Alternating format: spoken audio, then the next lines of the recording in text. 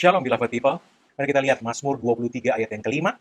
Firman Tuhan berkata, Engkau menyediakan hidangan bagiku di hadapan lawanku. Engkau mengurapi kepalaku dengan minyak, biarlaku penuh melimpah. Haleluya. Masih banyak anak-anak Tuhan yang tidak mengetahui dengan cara apa Tuhan memberikan kemenangan yang gilang gemilang. Bahwa cara Tuhan untuk melakukan peperangan rohani bukanlah dengan melakukan lebih banyak pekerjaan rohani, tetapi jauh lebih sederhana dari itu. Firman Tuhan mengatakan bahwa Tuhan memakai yang lemah, yang dianggap lemah oleh dunia ini, untuk mempermalukan yang kuat. 1 Korintus 1 ayat 27 mengatakan, tetapi apa yang bodoh bagi dunia, dipilih Allah untuk memalukan orang-orang yang berhikmat. Dan apa yang lemah bagi dunia, dipilih Allah untuk memalukan apa yang kuat. Manusia berpikir bahwa dengan lebih banyak berusaha, kemungkinan berhasil akan lebih besar. Akan tetapi Tuhan berkata dalam firman-Nya bahwa dalam tinggal tenang dan percaya, di sanalah terletak kekuatan kita. Yesaya 30 ayat 15, mari kita lihat. Firman Tuhan mengatakan, sebab beginilah firman Tuhan Allah, yang Maha Kudus Allah Israel, dengan bertobat dan tinggal diam, kamu akan diselamatkan. Dalam tinggal tenang dan percaya, terletak kekuatanmu, tetapi kamu enggan. Dan dalam firman-Nya, di dalam Keluaran 14 ayat 14, Tuhan berkata, Tuhan akan berperang untuk kamu, dan kamu akan diam saja. Diam, tinggal tenang, dan percaya. Itulah kunci kemenangan dalam hidup ini, kata firman Tuhan. Iblis mempergunakan situasi dan keadaan untuk memancing kita, untuk khawatir, dan bahkan panik. Akan tetapi Tuhan berkata untuk kita, tinggal tenang dan percaya. Iblis tidak mau kita tinggal tenang. Iblis mau kita kalut. Sebab semakin kita kalut, semakin hati kita tidak tenang, dan semakin kita sulit percaya bahwa Tuhan setia, pertolongannya dapat diandalkan, dan firman-Nya ya dan amin. Daud, seorang yang Tuhan sendiri katakan bahwa hatinya mengikuti hati Tuhan. Dia memahami rahasia ini. Dalam berbagai konflik kehidupan yang Daud hadapi, dia menghadapi berbagai peperangan. Daud selalu berkemenangan. Apa sebabnya? Daud menjelaskan kunci kemenangannya dalam Mazmur 23. Mari kita lihat. Mazmur 23 ayat 4 dan 5. Sekalipun aku berjalan dalam lembah kekelaman, aku tidak takut bahaya, sebab Engkau besertaku. Gadamu dan tongkatmu, itulah yang menghibur aku. Engkau menyediakan hidangan bagiku di hadapan lawanku. Engkau mengurapi kepalaku dengan minyak, biarlaku penuh melimpah. Tidak ada kekalutan, hanya ada ketenangan dan percaya. Daud berkata, sekalipun aku berjalan dalam lembah kekelaman, atau bahasa Inggris berkata lembah bayang-bayang maut, Daud berkata, aku tidak takut bahaya. Tidak ada kecemasan, kekhawatiran. Sebab, apa sebabnya? Engkau besertaku. Tinggal tenang dan percaya. Dia tetap percaya Tuhan. Dia tetap tenang di hadapan lembah kekelaman, lembah bayang-bayang maut sekalipun. Daud tidak kehilangan percaya, tidak kehilangan ketenangan, tidak kehilangan damai sejahtera. Tuhan berkata bahwa dia menyediakan hidangan bagi Daud di hadapan lawannya. Inilah yang seringkali kurang kita pahami. Di hadapan lawan-lawan kita, Tuhan dikatakan oleh Daud menyediakan hidangan. Kita berpikir bahwa dalam banyaknya usaha rohani yang kita lakukan, terletak kemenangan kita. Tetapi Tuhan berkata bahwa di hadapan lawan-lawan kita, makan. Karena itulah fungsinya hidangan. Seperti orang Israel dahulu, kita berpikir untuk melakukan banyak hal. Yesaya 30 ayat 15 tadi, ayat 16-nya, kalau kita baca keseluruhan mengatakan demikian. Sebab beginilah firman Tuhan Allah yang Maha Kudus Allah Israel, dengan bertobat dan tinggal diam kamu akan diselamatkan. Dalam tinggal tenang dan percaya terletak kekuatanmu, tetapi kamu enggan. Kamu berkata, bukan, kami mau naik kuda dan lari cepat. Maka kamu akan lari dan lenyap.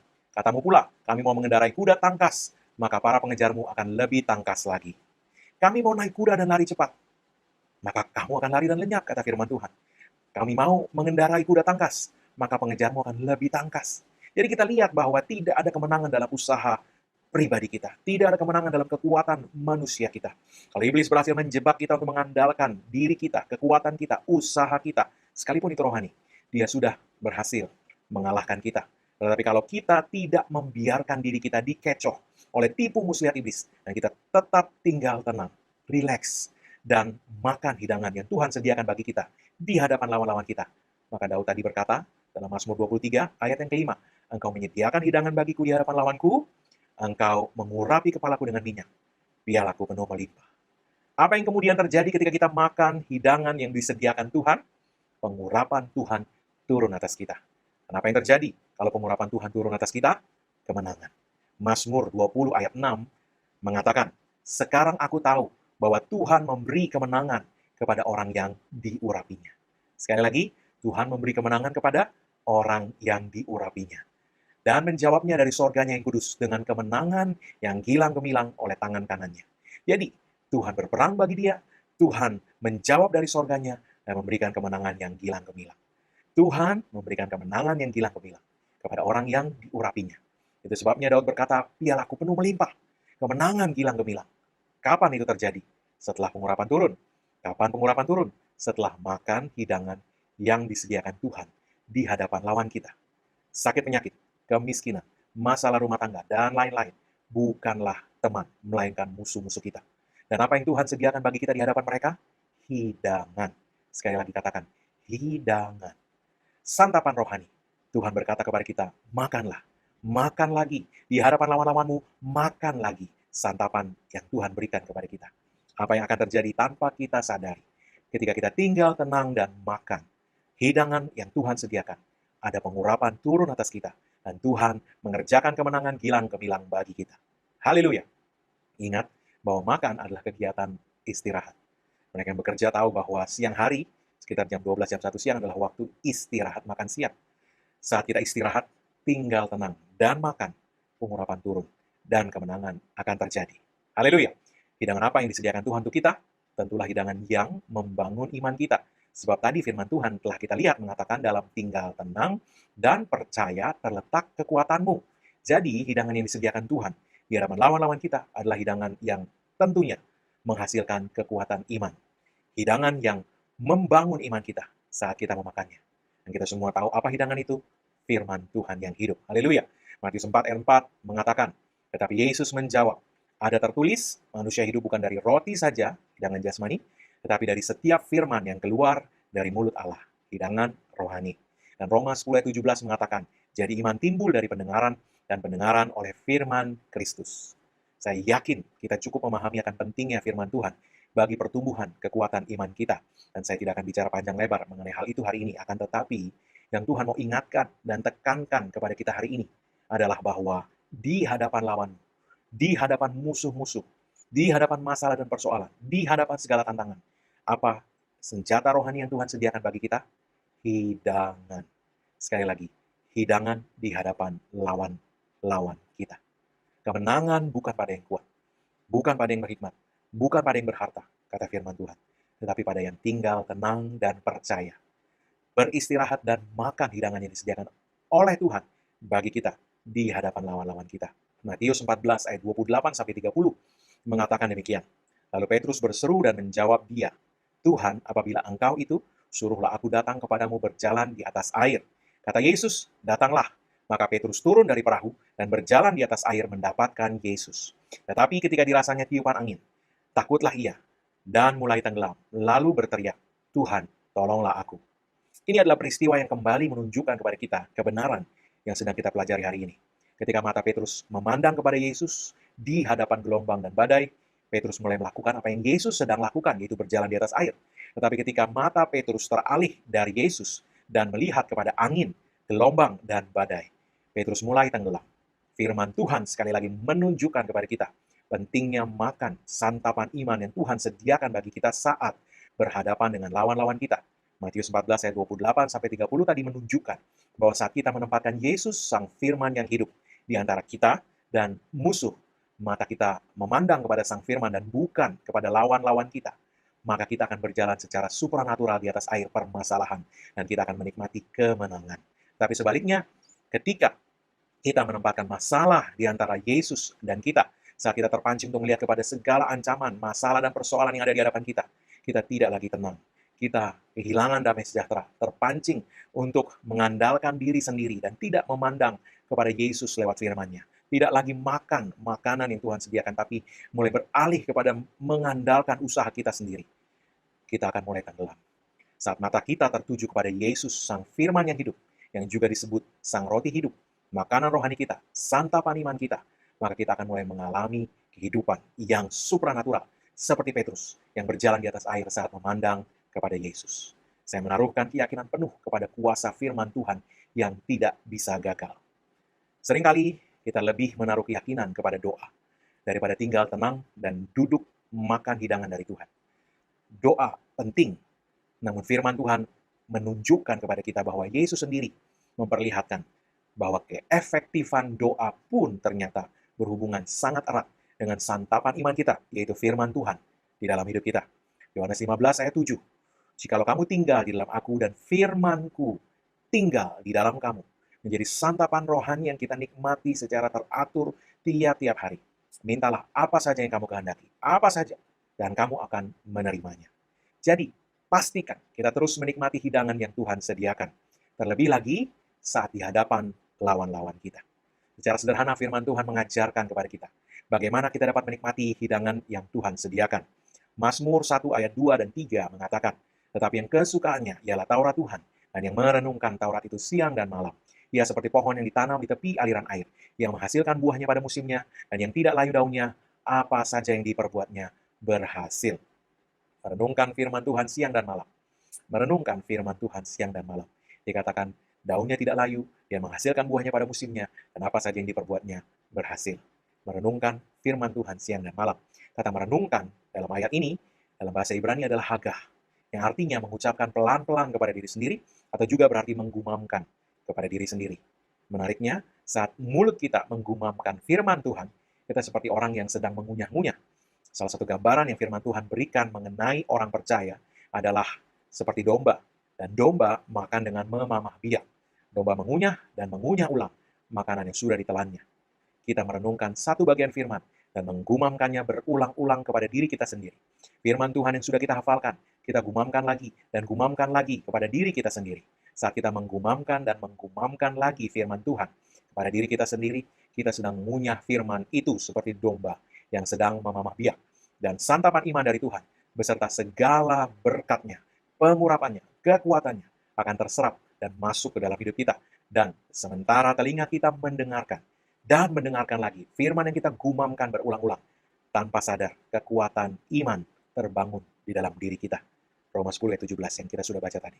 Jadi, kita tahu caranya sangat sederhana. Sekali lagi Tuhan mempergunakan apa yang dianggap lemah oleh dunia untuk memalukan apa yang dianggap kuat oleh dunia. Kita juga dapat menikmati hidangan firman Tuhan dengan mendengarkan firman Tuhan lewat rekaman-rekaman khotbah yang berpusatkan Kristus, berlandaskan kasih karunia dan menekankan pada iman kepada Tuhan dan bukan percaya kepada kekuatan atau usaha sendiri, sekalipun itu adalah usaha rohani. Firman Tuhan selalu berhasil, selalu. Jangan hanya membacanya satu kali.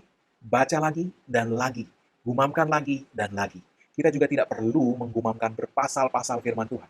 Ambillah 1-2 ayat yang sangat berbicara kepada kita hari itu. Hafalkanlah, dan sepanjang hari ayat-ayat itu dapat kita gumamkan terus berulang-ulang. Mari, nikmati hidangan yang Tuhan sediakan di hadapan musuh-musuh kita.